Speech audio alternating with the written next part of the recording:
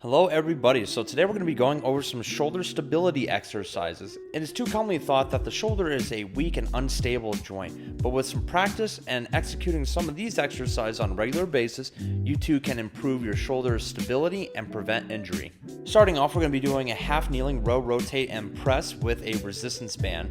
Now with this exercise, we're going to be in a half kneeling position with one leg up and one knee down, where we're going to grab the resistance band with our down knee arm. We're going to begin the movement by pulling our shoulder blade back and doing a row motion, where we'll then do some external rotation of the shoulder and rotate our shoulder up, where we'll then press up and try to keep our bicep in line with our ear. We'll do anywhere around 6 to 8 repetitions per side.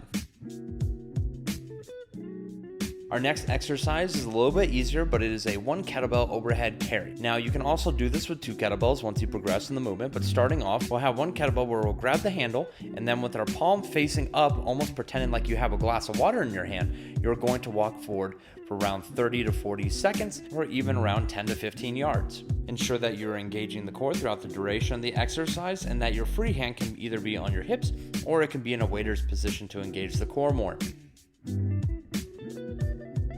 Next, we'll be doing a high plank into a pike, where we'll start off in a high plank position with our hands under our shoulders and our feet slightly wider apart than you would a normal plank, where you'll then drive your hands into the ground, pushing the earth away from you. Rotate your trunk up into the air and hold that position for around 1 to 2 seconds before you return to the plank position.